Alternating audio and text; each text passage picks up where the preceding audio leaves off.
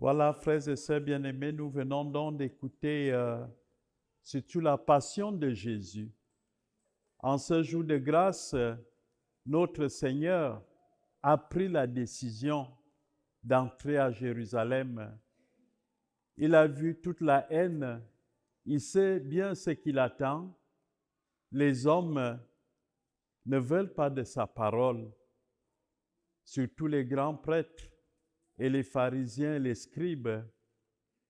Avec les miracles, les signes, nous dit Saint Jean, qu'il a fait à Béthanie en ramenant Lazare à la vie. Ce n'était pas la résurrection. La résurrection, c'est passer de ce monde à Dieu. Et c'est Jésus qui inaugure la résurrection. Lazare, c'était revenir à cette vie. Et puis il est mort. Et là, il y a eu la résurrection. Alors, 4 jours après, il a ramené Lazare à la vie. Et ceux qui étaient contre Jésus, c'est eux que Saint Jean appelle les Juifs. Ce ne sont pas tous les Juifs, c'est ceux qui sont contre Jésus. Ils ont décidé de le tuer parce qu'ils disaient qu'avec ce signe-là, beaucoup allaient croire en lui. Et Jésus, il est venu du Père parce que dès la création, le Seigneur a eu un grand projet concernant les hommes et les femmes. Dieu de toute éternité, avant la création de l'humanité, a décidé de créer l'homme.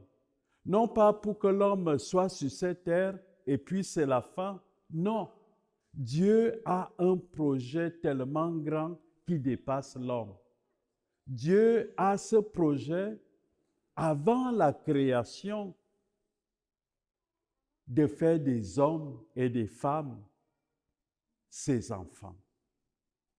Grâce à Jésus, qui est son Fils, Jésus vient dans le monde pour partager aux hommes sa filiation avec le don de l'Esprit Saint.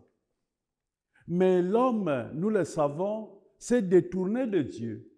Le démon lui a proposé, au lieu de croire en Dieu, au lieu d'aimer Dieu, au lieu de se tourner vers Dieu, au lieu de la relation avec Dieu, de devenir Dieu lui-même, de ne pas écouter Dieu, de dire cette terre m'appartient, mon corps m'appartient, ma vie m'appartient, et l'homme, dans son orgueil, s'est coupé de Dieu. Voilà l'obscurité, voici ce que c'est que la mort. La mort n'est pas la mort physique dans la Bible. La mort dans la Bible, c'est la séparation de l'homme avec Dieu. Le péché est entré dans notre vie. Et le Dieu saint ne peut pas accepter le péché. Donc tous les hommes étaient destinés à mourir par la mort physique. Vous savez que nous sommes appelés à mourir parce que nous sommes des créatures. Si les hommes ne mouraient pas sur cette terre, il n'y aurait pas assez de place pour tout le monde. Il en faut bien que certains passent pour que d'autres arrivent. Si les gens ne mouraient pas sur cette terre, ceux qui ont des maladies graves, des grandes souffrances, la terre ne serait pas un paradis pour eux, ce serait un enfer. Donc sur cette terre, Dieu nous a créés pour être de passage. Et l'homme, comme dans un sommeil, partait chez Dieu. Mais la mort est devenue quelque chose de douloureux avec le péché. Et Jésus vient pour nous porter à Dieu. Et parce que tous les hommes coupés de Dieu avaient des caricatures de Dieu. Tous les hommes parlaient avec des caricatures de Dieu dans toutes les religions. Et Jésus vient pour purifier tout cela. Lui qui est Dieu, c'est le seul capable de nous parler véritablement de Dieu. Parce que tous les hommes qui ont parlé de Dieu, c'est des hommes qui sont limités.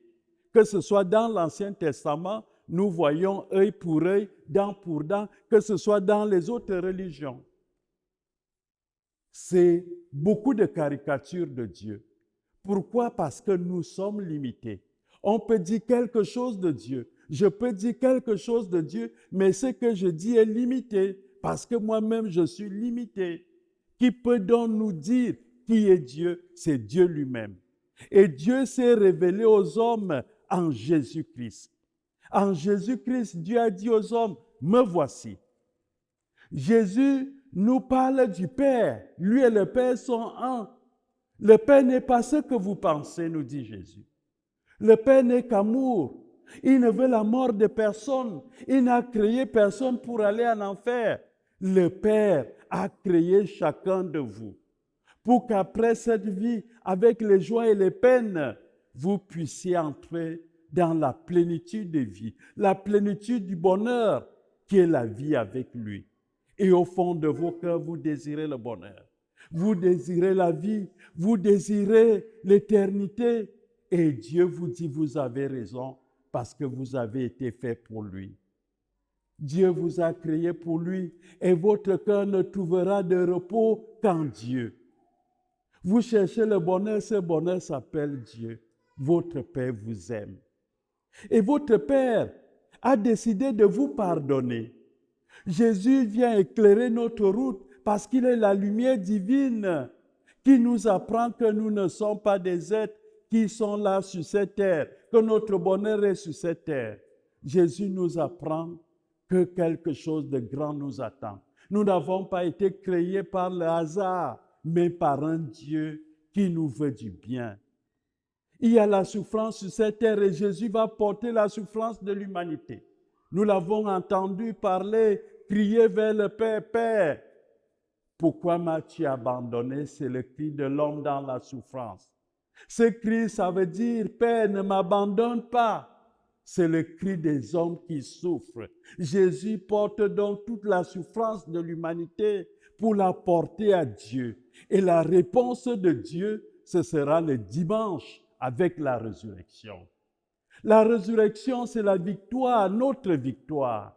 Malgré nos péchés, malgré tous les joies et les peines de notre vie, nous sommes appelés à la résurrection. Nous sommes pardonnés grâce à Jésus qui, par amour pour nous, a accepté que les hommes prennent sa vie.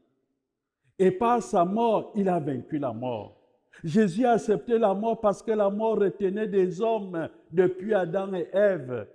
Il est allé les libérer. C'est Jésus qui te donnera la vie, mon frère. Ne l'oublie pas. Tu es sur cette terre pour un temps. N'oublie pas Jésus. Parce que c'est lui ta vie. Tout ce que tu cherches se trouve en lui. Le bonheur, la joie, la lumière, la vérité, l'éternité. Jésus te propose tout cela. La seule chose qu'il te demande, c'est de lui donner ton cœur. C'est de lui donner ta vie parce que lui va la transfigurer par son pardon pour que tu sois digne de Dieu. Amen.